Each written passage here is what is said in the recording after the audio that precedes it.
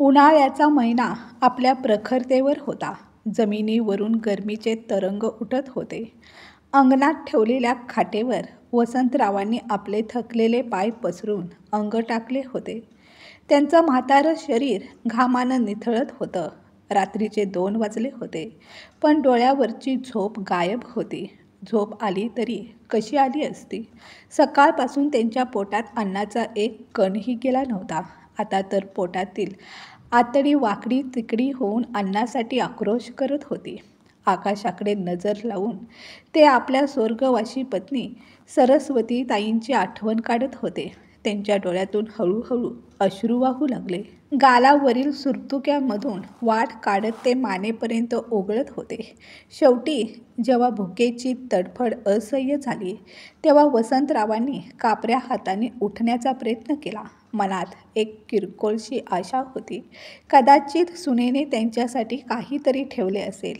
पण स्वयंपाकघरात गेल्यावर त्यांनी पाहिलं, सगळी भांडी रिकामी पडली होती. दूध प्यायची इच्छा झाली म्हणून त्यांनी फ्रीजचं दार उघडलं, पण तिथंही निराशाच हाती लागली. दुधाचं पातेलं एवढं स्वच्छ होतं की जणू कुणीतरी ते चाटूनच स्वच्छ केलं होतं. एक दीर्घ हतबल श्वास टाकत वसंतरावांनी माठातून एक ग्लास थंड पाणी घेतलं आणि एका घोट्यात संपवलं. ते थंड पाणी त्यांच्या कोरड्या घशातून खाली उतरलं, पण पोटातील धग काही शांत झाली नाही. ते परत खाटेवर येऊन पडले.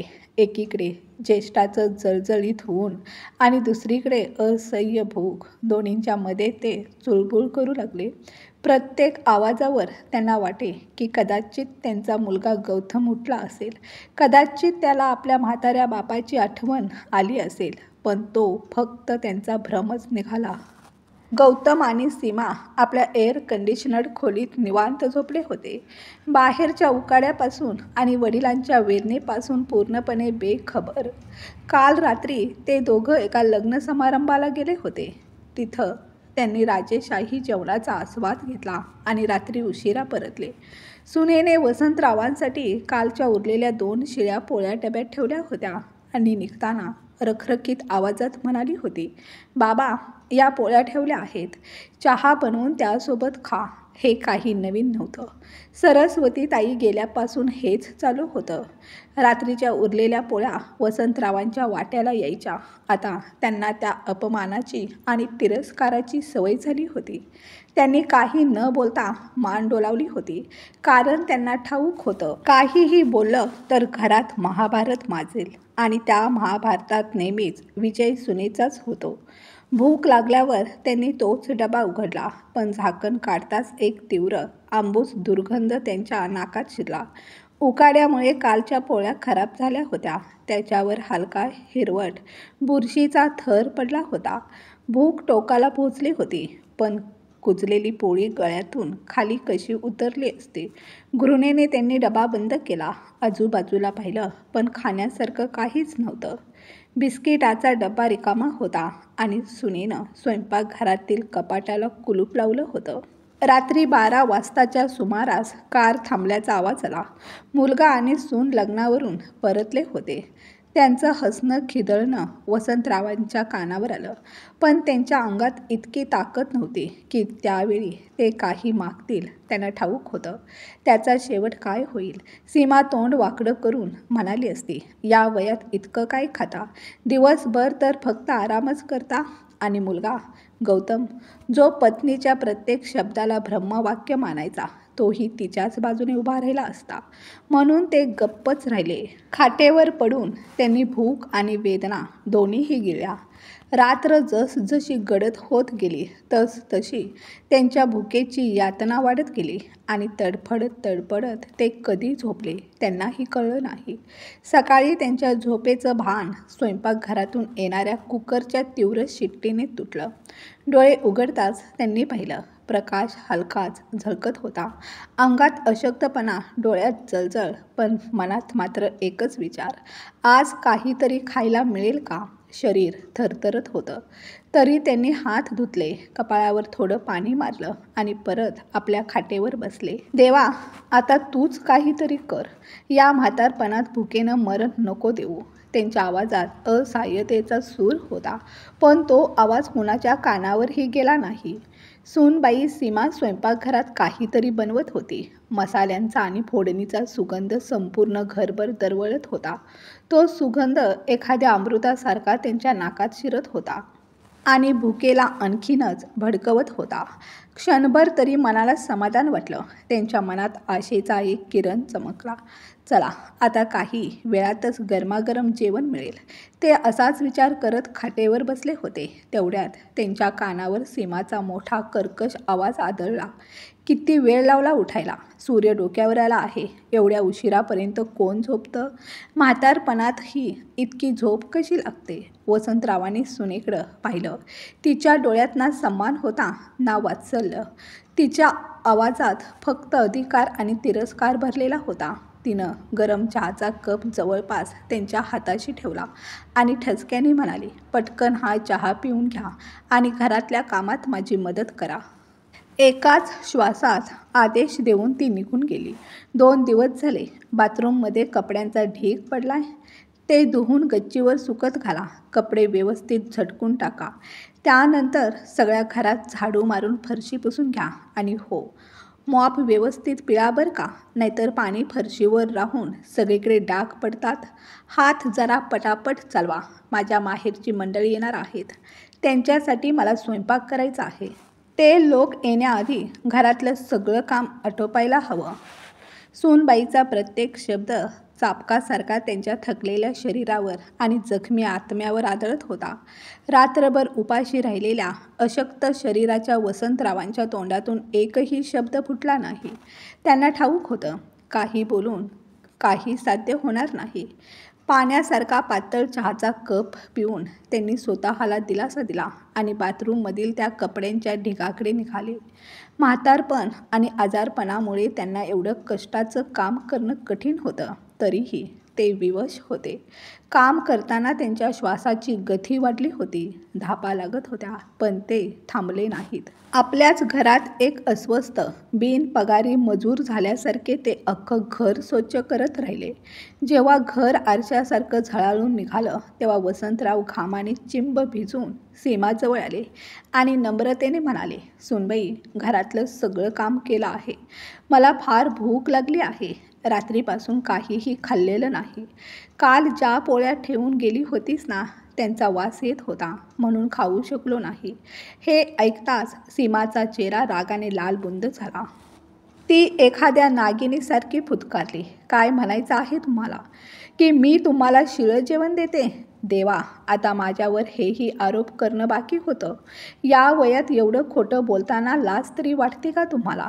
सीमाचं बोलणं ऐकून वसंतराव सुन्न झाले. ते आश्चर्याने तिच्याकडे पाहू लागले. त्यांच्या सरळ निरागस वाक्याचा असा अर्थ काढला जाईल असं त्यांनी कधी स्वप्नातही विचार केला नव्हता. सीमाचा आवाज अजून मोठा झाला. जणू काही तिला सगळ्या गल्लीला ऐकवायचं होतं. माझी एक गोष्ट कान उघडे ठेवून ऐका. जोपर्यंत माझ्या माहेरचे लोक येऊन जेवण करत नाहीत, तोपर्यंत तुम्हाला अन्नाचा एक कणही मिळणार नाही. जर माझ्या माहेरच्यांना जेवण कमी पडलं तर माझी इज्जत धुळीला मिळेल. काही शिल्लक राहिलं तर नंतर देते, पण आत्ता माझ्या डोक्यावर बसून माझं डोकं खराब करू नका. हे बोलून सीमाने जवळच्या टेबलावर ठेवलेली ग्लुकोज बिस्किटांचा पुडा उचलला.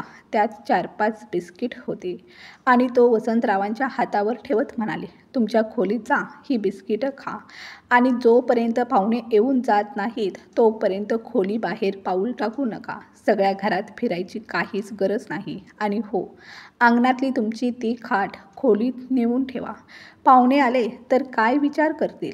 माझ्या घराचा उखरडा बनवला आहे असं म्हणतील.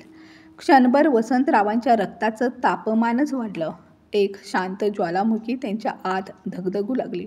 त्यांना वाटलं जोरात ओरडून सांगावं, हे घर तुझं नाही, माझं आहे. हा उखरडा नाही, माझ्या आयुष्यभराच्या कष्टाचं चीज आहे. पण ते पुन्हा गप्प राहिले, कारण त्यांना ठाऊक होतं, ते काही बोलले तर सीमा सगळं घर डोक्यावर घेईल आणि त्यांचा मुलगा गौतम विचार न करता बायकोच्या बाजूने उभा राहील. मग काय, पुन्हा तीच धमकी? वृद्धाश्रमात सोडून येईन. गौतमचं लग्न झाल्यापासूनच सगळं बदललं होतं. मुलाला आता बापाचा त्रासच दिसत नव्हता. तो स्वतःच्या डोळ्यांनी नव्हे तर आपल्या बायकोच्या नजरेतून बघत होता आणि तिच्या कानांनीच ऐकत होता. जड अंतकरणाने थरथरत्या हाताने वसंतरावांनी ती जुनी खाट उचलली आणि खोलीत नेऊन भिंतीलगत ठेवली. आपल्या आराम खुर्चीवर बसून त्यांनी बिस्किटाचा पुडा उघडायचा प्रयत्न केला, पण हात एवढे थरथरत होते की पुडा उघडलाच जात नव्हता. डोळ्यातून वाहणारं पाणी त्या पुड्यावर टपकत होतं. गुदमरणाऱ्या शांततेत बसून ते भूतकाळाच्या पानावर फिरू लागले. त्यांना आठवलं गौतमच्या बालपणाचे दिवस. किती देवळात डोकं टेकवलं होतं त्यांनी, किती नवस केले होते. तेव्हा कुठे देवाने आशीर्वादाच्या रूपात मुलगा दिला होता. तेव्हाच त्यांनी स्वप्न पाहिलं होतं, हा मुलगा म्हातारपणीचा आधार बनेल, काठी बनेल. पण कोणाला ठाऊक तीच काठी त्यांच्या अंगावरच उचलली जाईल. त्यांनी कधीच मुलाला काही कमी पडू दिलं नव्हतं. शहरातल्या सर्वात प्रतिष्ठित इंग्रजी शाळेत घातलं. प्रत्येक हट्ट पूर्ण केला. कॉलेजला असताना गौतमने मोटरसायकल मागितली. त्यांनी एफडी मोडून सर्वात महागडी मोटरसायकल आणली. सरस्वती ताई म्हणायच्या, तुम्ही मुलाला डोक्यावर बसवत आहात, त्याला कष्टाची किंमत कधीच कळणार नाही. पण वसंतराव हसून त्यांचं बोलणं नेहमीच टाळत असत. कदाचित हीच त्यांची सर्वात मोठी चूक होती. हिशोबापासून ग्राहकांशी बोलण्यापर्यंत त्यांनी त्याला व्यवसायातील सगळं शिकवलं. छोटं दुकान हळूहळू गौतम शॉपिंग मॉल बनलं. 3 मजली शोरूम आणि मग या भव्य घराची उभारणी झाली. मुलगा आणि सून. सीमा शिकलेली, सुसंस्कृत, चांगल्या घरातली. लग्न झाल्यानंतर सगळं काही सुरळीत होतं. सरस्वती जिवंत असताना घरात आनंद होता. मी घराचा मुख्य माणूस होतो. माझा प्रत्येक शब्द कायदा होता. मुलगा सून मान सन्मान देत होते. सरस्वती घर सांभाळत होती, मी व्यवसाय. पण एक दिवस अचानक सरस्वतीला डेंग्यू झाला. शहरातील सर्वात मोठ्या रुग्णालयात दाखल केलं. लाखो रुपये पाण्यासारखे खर्च केले, पण काही उपयोग झाला नाही. शेवटी सरस्वती मला सोडून गेली. पण तिच्या जाण्यानंतर जणू माझं संपूर्ण जगच उद्ध्वस्त झालं. आधी मी तिच्यासोबत जगत होतो आणि आता तिच्या आठवणींसोबत जगायची शिक्षा भोगत होतो. हळूहळू मी माझ्याच मुलावर आणि सुनेवर ओझं बनलो. गौतमने शोरूमवर ताबा मिळवला आणि सीमाने घरावर. मला एका खोलीपुरतं सीमित करून टाकलं. माझ्याच घरात, माझ्याच छपराखाली मी परखा झालो. काही दिवस तब्येत बिघडली तर मुलाने स्पष्ट सांगितलं, बाबा तुम्ही आता म्हातारे झाला आहात. तुमची तब्येत अजून बिघडली तर सांभाळणार कोण? आता दुकानात तुमची गरज नाही, मी सगळं बघतो. इतकं ऐकल्यावर माझ्या हातातून सगळं निसटलं. दुकानही सामानही. खिशात पैसे असले तर बाहेरून काहीतरी खाऊन घेत होतो. नसेल तर उपाशी राहायचं. मुलगा तर 1 रुपयाही देत नव्हता. सूनबाई जेवण वाढायची, पण त्याआधी 100 टोमणे ऐकावे लागायचे.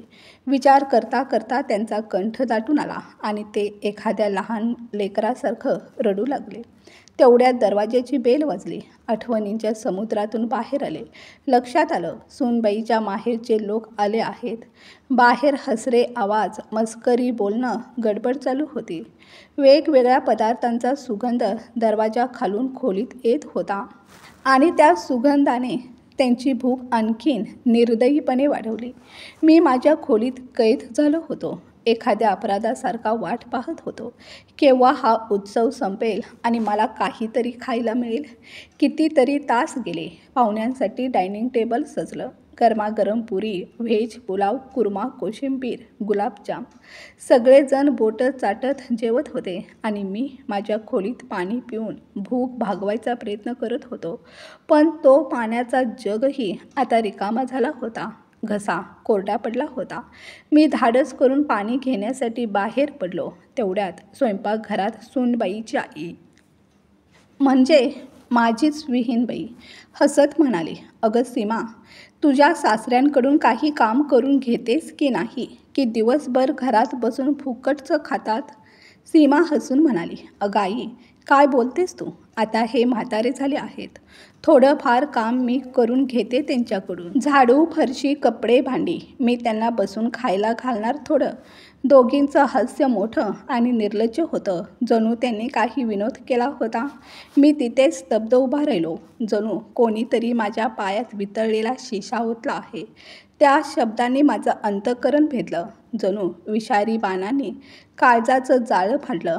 एवढं मोठं दुकान, हे भव्य घर, सगळं काही मी माझ्या हाताच्या कष्टाने उभं केलं होतं आणि आज त्या घरात मला फुकटचं खाणारा म्हणून हिणवलं जात होतं.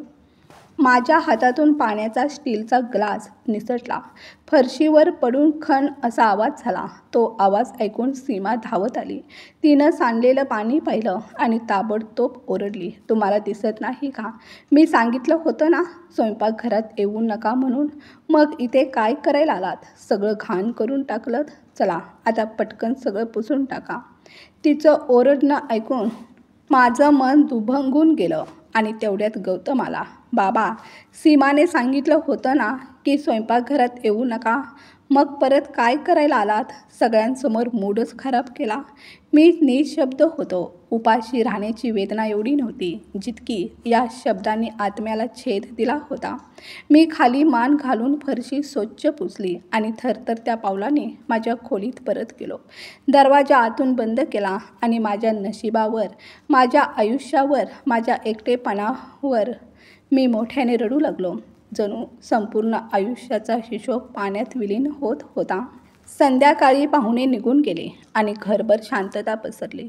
वसंतरावांनी मनाशी विचार केला, आता तरी सुनबाई काहीतरी खायला देईल का? धाडस एकवटून त्यांनी दरवाजा ठोठावला आणि आवाज दिला, सीमा बाळा, काहीतरी खायला दे, खूप भूक लागली आहे. आतमधून मात्र गौतम आणि सीमा दोघांचाही एकाच वेळी संतप्त आवाज आले. पाहुण्यांसमोर आमची सगळी इज्जत घालवलीस. आज तर तुला खायला काहीही मिळणार नाही. गप्पच या घरात राहायचं असेल तर राहा, नाहीतर इथून निघून जा. आम्हाला तुमची काहीच गरज नाही. मुलाच्या त्या शब्दांनी त्यांच्या हृदयावर अंतिम घाव बसला. अपमानाचा घडा आता पूर्ण भरून वाहू लागला होता. सहनशीलतेच्या सगळ्या मर्यादा कोसळल्या. वसंतराव शांत बसले होते. बाहेरून स्थिर पण आतून जळत होते. अचानक त्यांना काहीतरी आठवलं. भिंतीलगत ठेवलेली जुनी जड लोखंडी पेटी त्यांनी उघडली. त्यात पत्नी सरस्वतीताईंचे काही जुने कपडे, लग्नाच्या आठवणी आणि त्यांच्या सहवासाच्या काही स्मृती होत्या. त्या पेटीच्या कोपऱ्यात एक जुना बटवा दिसला. वर्षानुवर्ष विस्मरणात गेलेला. कापणाऱ्या हातांनी त्यांनी तो बटवा उघडला. आत काही 100च्या नोटा ठेवल्या होत्या. कदाचित सरस्वतीताईंनी गरजेच्या काळासाठी जपून ठेवल्या असतील. मोजलं तर एकूण 700 रुपये होते. ते 700 रुपये त्यांनी आपल्या मळकट कुर्तेच्या खिशात ठेवले. काठी हातात घेतली आणि काहीही न बोलता थेट मुख्य दरवाजाकडे निघाले. मुलगा आणि सून यांनी त्यांना जाताना पाहिलं, पण थांबवलं नाही.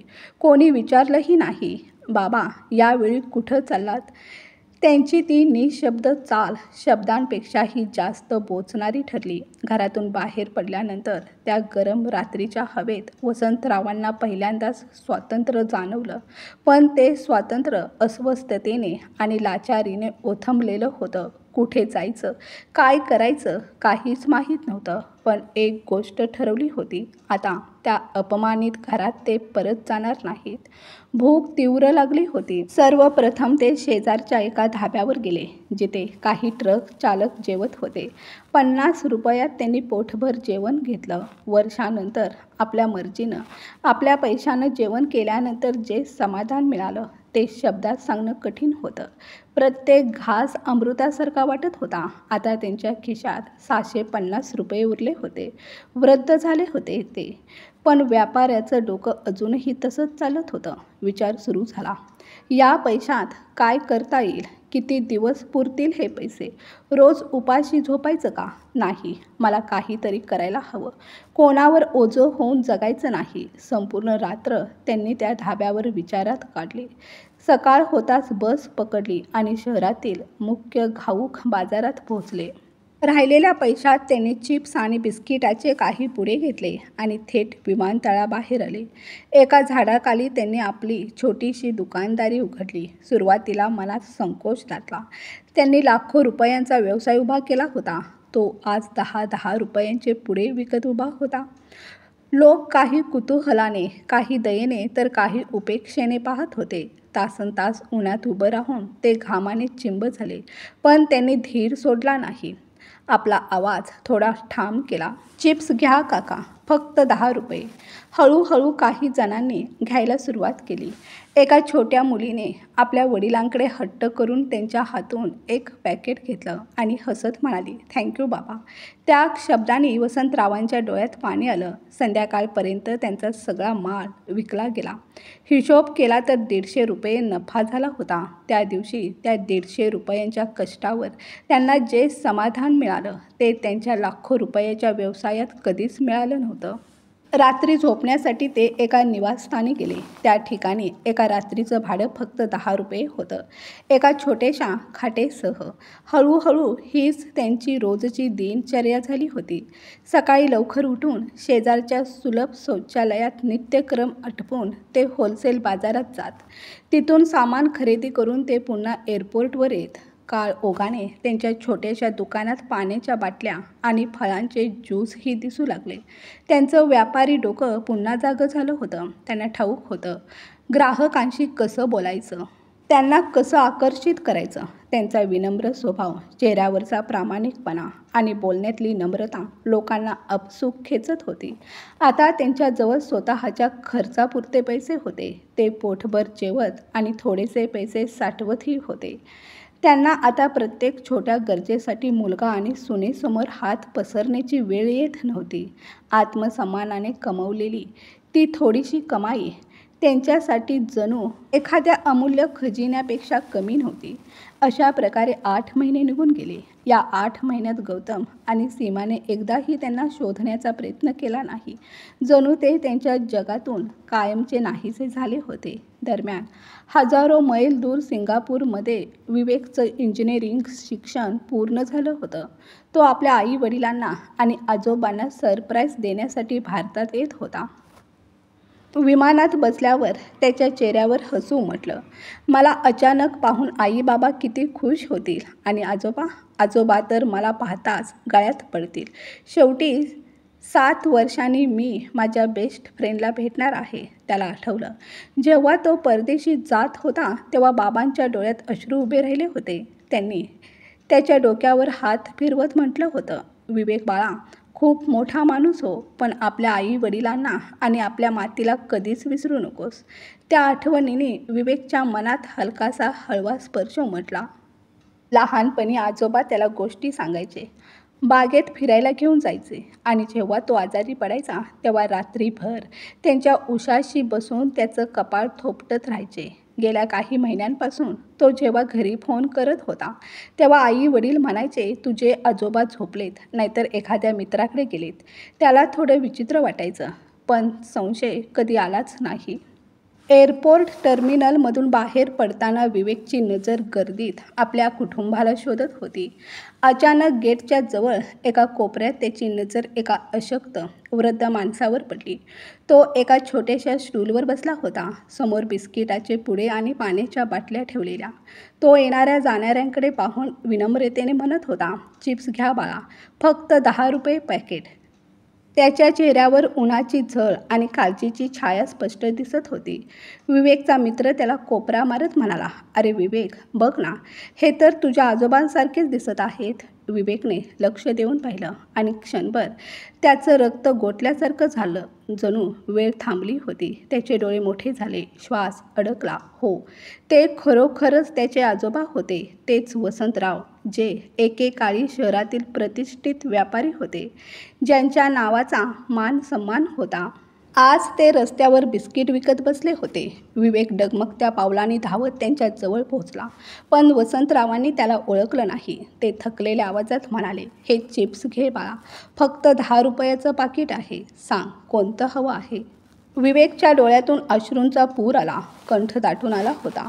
तो कसा बसा बोलला, मला मला काहीच नको आजोबा, मला फक्त माझे आजोबा हवे आहेत. तो आवाज ऐकून वसंतरावांनी नजर वर केली आणि समोर उभा होता त्यांचा विवेक, त्यांच्या काळजाचा तुकडा, त्यांचा नातू विवेक. एक क्षणभर तर वसंतरावांना स्वतःच्या डोळ्यांवरच विश्वास बसला नाही आणि पुढच्याच क्षणी आजोबा नातू एकमेकांच्या गळ्यात पडले. अश्रूंचा बांध फुटला.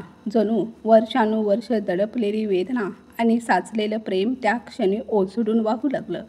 त्यांचं ते मिलन इतकं निश्चल आणि हृदयस्पर्शी होतं की बाजूला उभ्या विवेकच्या मित्राच्या आणि आजूबाजूच्या अनेक लोकांच्या डोळ्यात नकळत पाणी आलं. थोड्या वेळाने जेव्हा दोघेही शांत झाले तेव्हा विवेकने आपल्या आजोबांकडे निरखून पाहिलं. ते पहिल्यापेक्षा अधिक अशक्त, वृद्ध आणि थकलेले दिसत होते. अंगावरचे कपडे मळकट आणि फाटके, चेहऱ्यावर संघर्ष, वेदना आणि अपमानाच्या खोल रेषा कोरलेल्या होत्या. भरून आलेल्या आवाजात विवेक म्हणाला, आजोबा, तुम्ही इथे आणि अशा अवस्थेत? या वयात तर तुम्हाला घरच्या सुख सोयीत विश्रांती मिळायला हवी होती. तुम्हाला हे सगळं करण्याची गरज काय होती? आणि आई बाबा कुठे आहेत? त्यांनी तुम्हाला थांबवलं नाही का? नातवाच्या तोंडून उमटलेले प्रेमाचे आणि आपलेपणाचे शब्द ऐकताच वसंतरावांच्या धैर्याचा बांध तुटला. हुंदके देत थरथरत्या आवाजात त्यांनी आपल्या आयुष्यावर झालेल्या अत्याचाराची एक एक कहाणी विवेकला सांगितली. कसं त्यांना शिळं अन्न दिलं जात होतं, कसं नोकरासारखं काम करून घेतलं जात होतं, कसं उपाशी ठेवून शेवटी घराबाहेर काढलं गेलं. हे सगळं ऐकून विवेकच्या पायाखालची जमीनच सरकली. डोकं गरगरू लागलं. ज्या आई वडिलांना तो आजवर देवास समान मानत होता, त्यांच्याच हातून घडलेली ही क्रूर कृत्य ऐकून तो सुन्न झाला. त्याला विश्वास बसत नव्हता की एखादा मुलगा स्वतःच्या वडिलांशी इतका निर्दयी कसा वागू शकतो. आता विकासच्या डोळ्यात अश्रू नव्हते, तिथे धगधगणारे अंगारे होते. त्याने मनाशी ठरवलं, ज्यांनी माझ्या आजोबांवर प्राण्यांपेक्षाही वाईट वागणूक केली त्यांना असा धडा शिकवेन की आयुष्यभर लक्षात राहील. सर्वप्रथम तो आपल्या आजोबांना एका 5 स्टार हॉटेलमध्ये घेऊन गेला. तिथे स्वतःच्या हाताने त्यांना स्वादिष्ट जेवण घातलं आणि त्यांच्यासाठी एक आलिशान आरामदायक खोली बुक केली. आजोबा, आता तुम्ही इथे निर्धास्त राहा, मी लगेच येतो. आता तुम्हाला कोणत्याही अपमानाचा सामना करावा लागणार नाही, असं म्हणत विवेक बाहेर पडला. घरी पोहोचताच दरवाजा सीमाने उघडला. आपला मुलगा अचानक समोर उभा असल्याचं पाहून तिच्या तोंडून आनंदाने किंचाळीच फुटली. अरे विवेक, तू आलास? सांगितलंही नाहीस. कळवलं असतंस तर तुझ्या स्वागताची छान तयारी केली असती. पण विवेकच्या चेहऱ्यावर आनंदाचा लवलेशही नव्हता. त्याने आईच्या डोळ्यात पाहिलं आणि थंड, गंभीर आवाजात म्हणाला, मी आधी सांगितलं असतं तर मी ते सगळं कसं पाहू शकलो असतो जे आज माझ्या डोळ्यांनी पाहिलं आहे. सीमाला काहीच समजलं नाही. ती गोंधळून नवऱ्याला आवाज देत म्हणाली, अहो, ऐकलत का? आपला विवेक आला आहे. गौतम खोलीतून बाहेर आला. मुलाला पाहून तोही आनंदित झाला. पण विवेकच्या चेहऱ्यावर मात्र राग आणि तिरस्कार दाटलेला होता. सीमा पुढे होत त्याला मिठी मारण्यासाठी गेली तेव्हा विवेकने तिचा हात झटकला आणि कठोर आवाजात विचारलं, आई, आजोबा कुठे आहेत? घरात दिसतच नाहीत. हा प्रश्न ऐकताच सीमा आणि गौतम दोघांच्याही चेहऱ्याचा रंग उडाला. सीमा अडखळत म्हणाली, अरे विवेक बाळा, तुझे आजोबा? ते आपल्या एका मित्राच्या घरी गेले आहेत. इथेच जवळच आहेत, लवकरच येतील. विवेकने आईकडे एक धारदार कटाक्ष टाकला आणि सरळ आजोबांच्या खोलीकडे निघाला. खोली रिकामी होती. आत एक विचित्र वास, एक शांतता, जणू वेदनाने भरलेली उदासीच. सीमा त्याच्या मागे आली आणि खोटं हसत म्हणाली, विवेक, तुला माहीतच आहे ना, तुझे आजोबा काही कामधंदा करत नाहीत, दिवसभर घरी बसून कंटाळतात, म्हणून आम्ही म्हणालो अधूनमधून बाहेर फिरून या. आईच्या तोंडून इतकं मोठं खोटं ऐकून विवेकच्या अंगातील रक्त सळसळून उठलं. संध्याकाळ झाली. रात्रीचा अंधार पसरू लागला, पण आजोबा परतलेच नाहीत. विवेकने पुन्हा वडिलांना विचारलं, बाबा, आजोबा अजूनही घरी आले नाहीत का? तुम्हाला त्यांची जरासुद्धा काळजी वाटत नाही का? गौतम बेजबाबदारपणे हसत म्हणाला, अरे विवेक, त्यात काळजीचं काही कारण नाही. ते कधी कधी मित्राच्या घरी राहतात, येतील ते. तू प्रवास करून थकला असशील ना, जा तुझ्या खोलीत जाऊन आराम कर. दुसऱ्या दिवशी सकाळी विवेक थेट हॉटेलमध्ये पोहोचला. त्याने आपल्या आजोबांबरोबर नाश्ता केला आणि त्यांना धीर देत म्हणाला, आजोबा, अजिबात काळजी करू नका. आज न्याय होणार आहे. त्यानंतर विवेक आजोबांना घेऊन घरी आला. दरवाजात आजोबा आणि नातू एकत्र उभे असल्याचं दृश्य पाहताच गौतम आणि सीमा अक्षरशः थिजून गेले. जणू काही भूतच पाहिलं होतं त्यांनी. सीमा अडखळत म्हणाली, विवेक, तुला आजोबा कुठे भेटले? विवेकने आईकडे तिरस्काराने पाहिलं आणि दात ओठ खात म्हणाला, त्या ठिकाणी जिथं तुम्ही त्यांना मरायला सोडलं होतं. रस्त्यावर, एअरपोर्टच्या बाहेर, उन्हातान्हात एक रुपयासाठी लोकांसमोर हात पसरताना. हे ऐकून गौतम आणि सीमाचे चेहरे फिके पडले. नजर लाजेने आणि भीतीने खाली झुकली. विवेकचा आवाज आता वाघाच्या गर्जनेसारखा साऱ्या घरभर घुमू लागला. लाज वाटते मला. तुम्हा दोघांना माझे आई वडील म्हणताना.